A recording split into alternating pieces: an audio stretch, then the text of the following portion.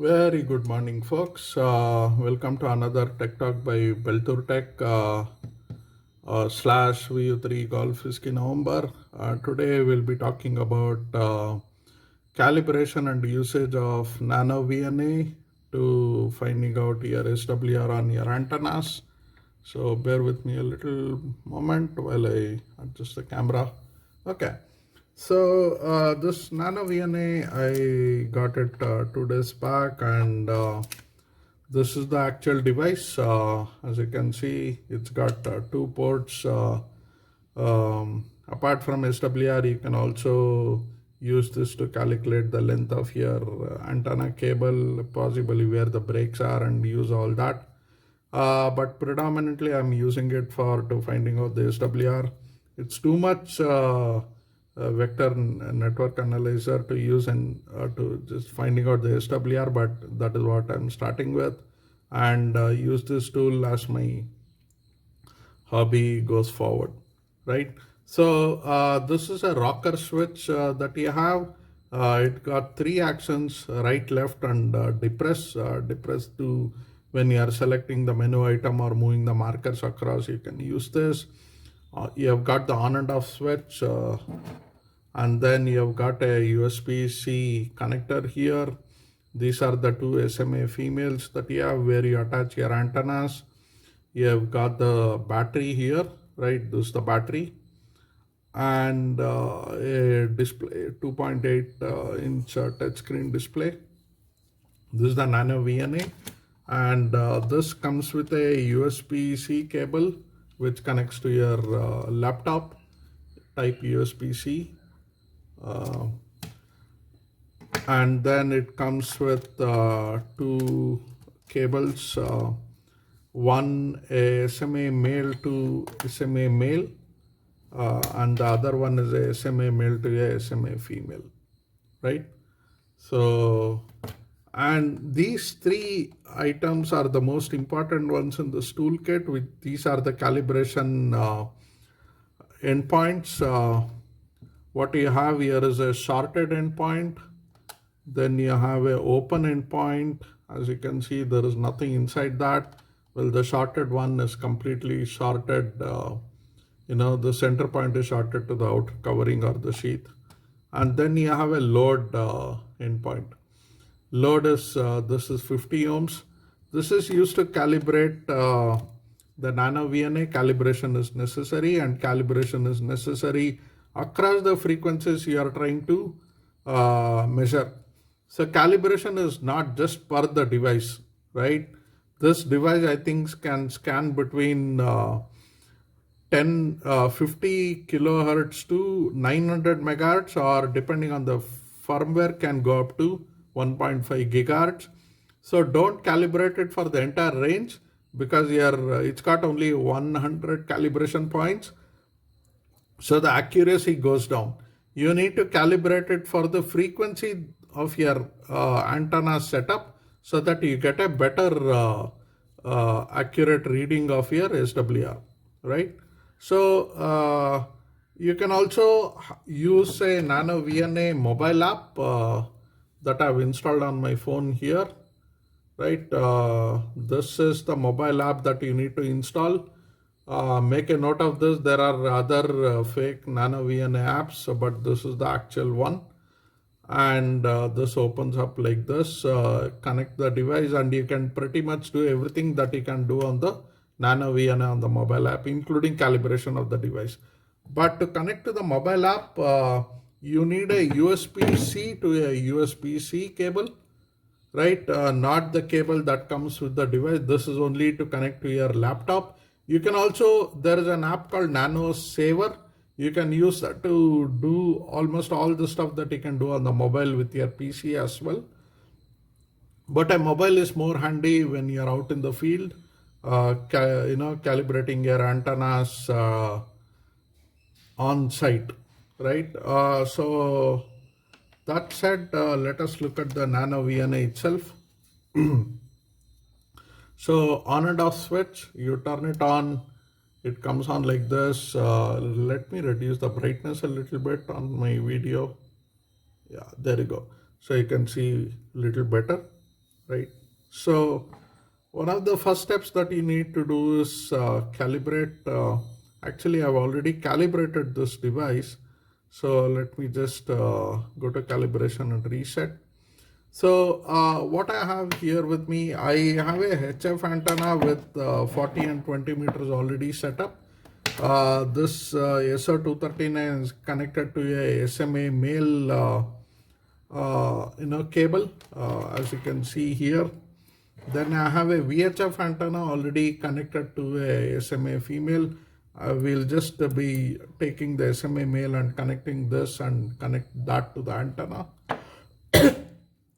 So we'll measure the HF. I've got 40 and 20 meter radials on my HF, and my VHF antenna is for 2 meters. So we'll calibrate the device for those, store the calibration, and then measure the SWRs on my antenna across the bands that they support.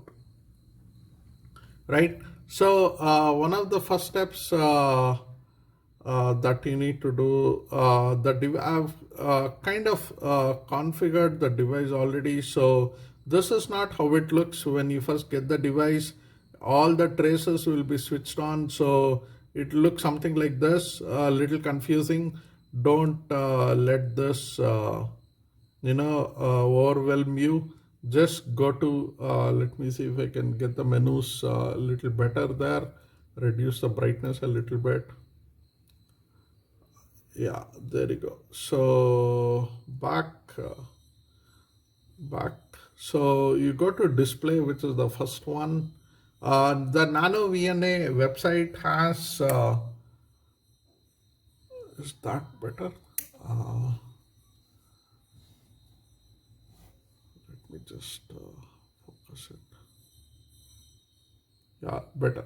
Okay, so go to display, trace, remove every trace that you can find, and then switch off only the traces that you want.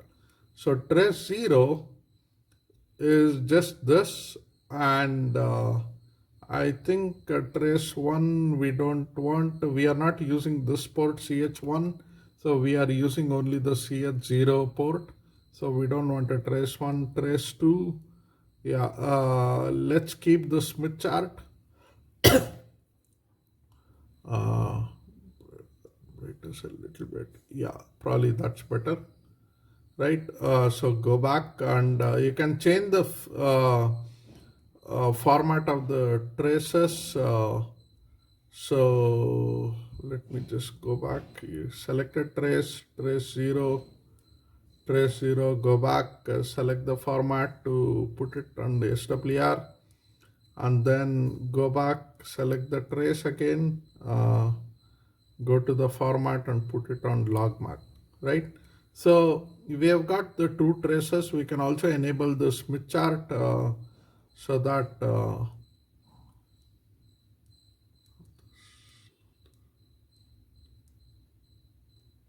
okay.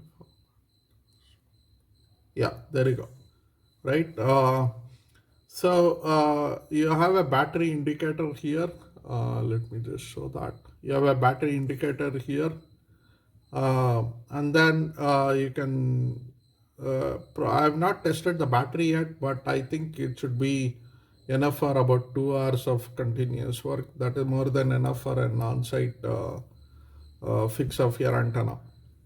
So before you calibrate, right, you need to set the antenna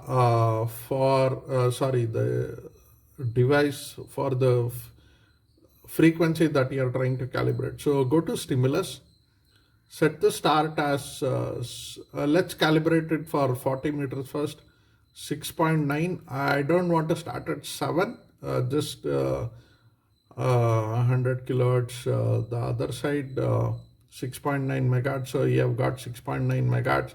I'm stopping it at 15 megahertz, covering all. We can reduce it to 14,500 megahertz. The one, no, not 145, it is 14,500, right? The 20 meters is from 14 to 14,450.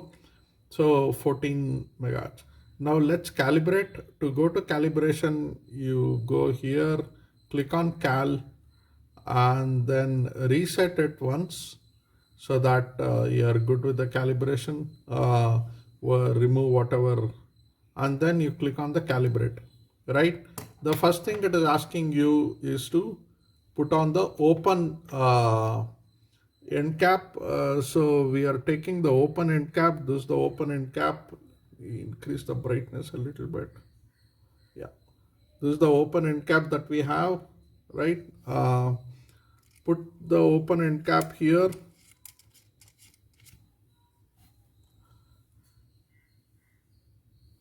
Open end cap. I put the open end cap, and then I'll just click on the open, right?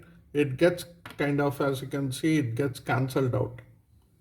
Okay, that means the open one is, it's marked, the open calibration is done. Now it is asking you to put the short calibration cap. So how do you know? Only the load calibration cap is silver in color. Both open and short are gold in color.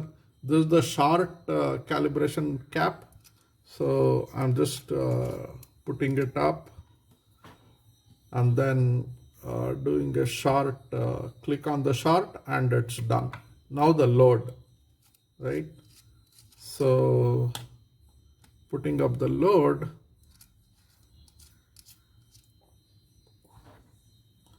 as you can see, just click on the load. Load is done. Isolation means keep both of these endpoints, channel 0 and channel 1, as empty, and then just click on isolation. We are not worried about the through because we are not worried about calibrating this point for now. So through also you can click on that and done, right? Once it is done, you need to save this. As you can see, there are 5 calibration save points. Let us store on calibration 0. Calibration 0 is the calibration set that gets loaded into memory whenever you switch on the device. So you decide the device should switch on to what calibration or what frequency, right? So let us store it at calibration 0. I'm happy keeping it at calibration 0. If once the device is calibrated, you will see this on the side, C0, calibration 0 point. If you change the calibration to, let's say I've already calibrated this to I've already calibrated this to VHF also, so we can load that calibration actually. Go to recall calibration 1, it's got 144 to 148 megahertz, and you can see this changes to calibration 1. So let's go back and reload calibration 0, right? So here we are, calibration 0, and let me connect my HF antenna here. I'm connecting my HF antenna.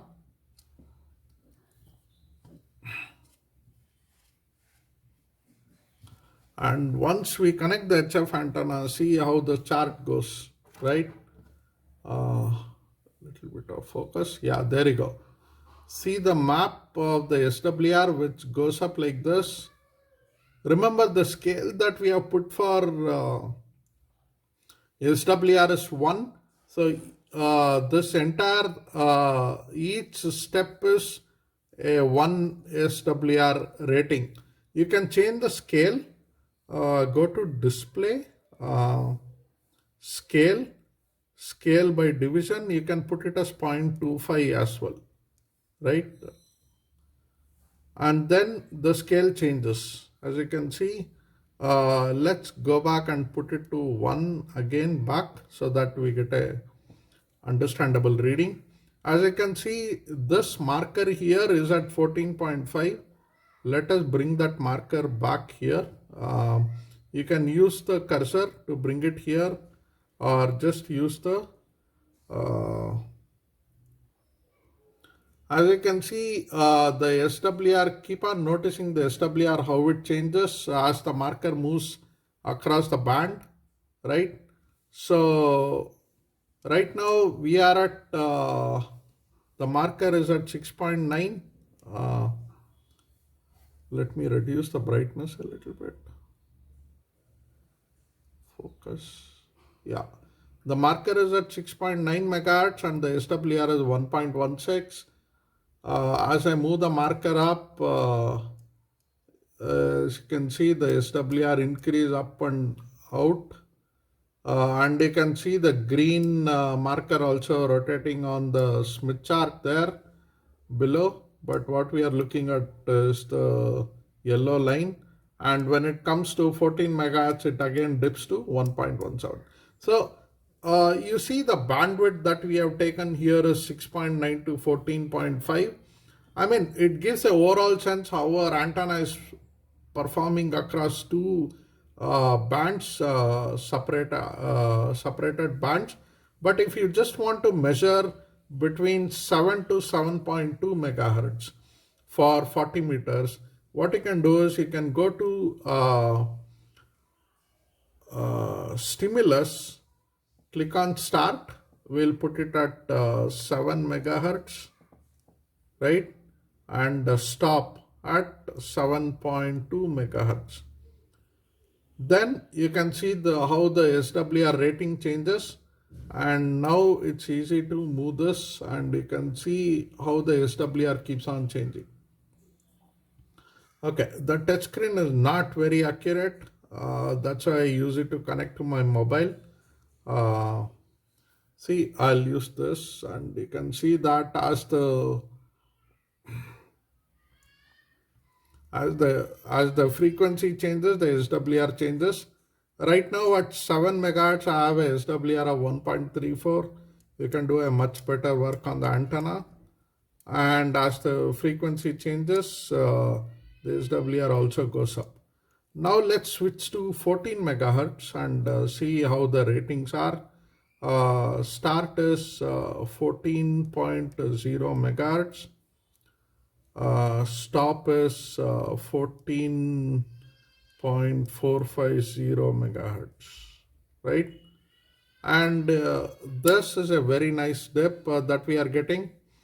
As you can see, right now we are at 1.72 SWR at 14 megahertz. I'll just move this to the lowest point that we have. Right now 1.16 at 14.20 megahertz. The reason it is the lowest at 14.20 megahertz is when I cut the antenna leads, I calculated the length required for 14.2, which is the midway point for 20 meters. So I think my numbers were just right, and the antenna is doing phenomenal at 1.14 at 14.1 megahertz.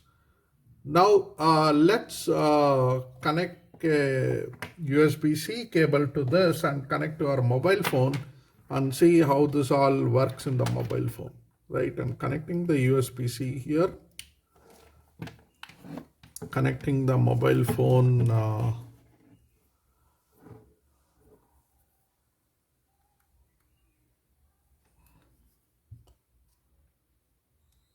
so connect to the device. Yes, it's connected, and you can see immediately how the frequency is CHO Smith. Let us change that to show SWR, not the Smith chart we want a SWR, right? Okay, and you can see the SWR here.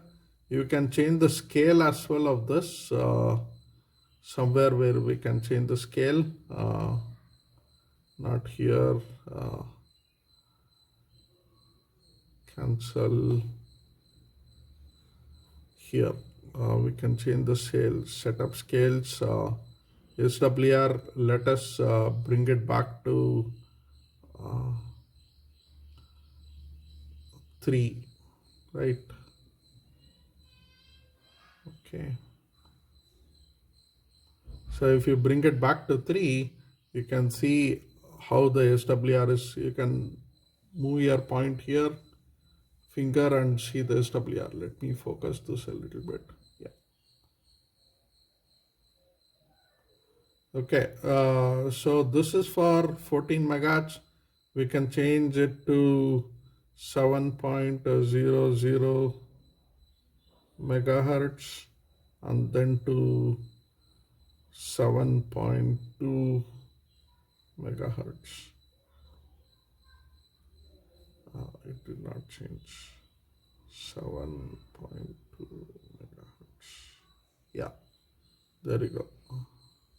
And you can see that we are going from almost 1.4 here 1.352 all the way to 2.2. Yeah, my antenna needs a lot of tuning. Now with the tool it'll be much easier than to run up 4 flights of stairs to tune the antenna, right? Okay, this is how the calibration and the usage of Nano VNA to figure out SWR works just now. Thank you very much. Have a great day. 73 is for now.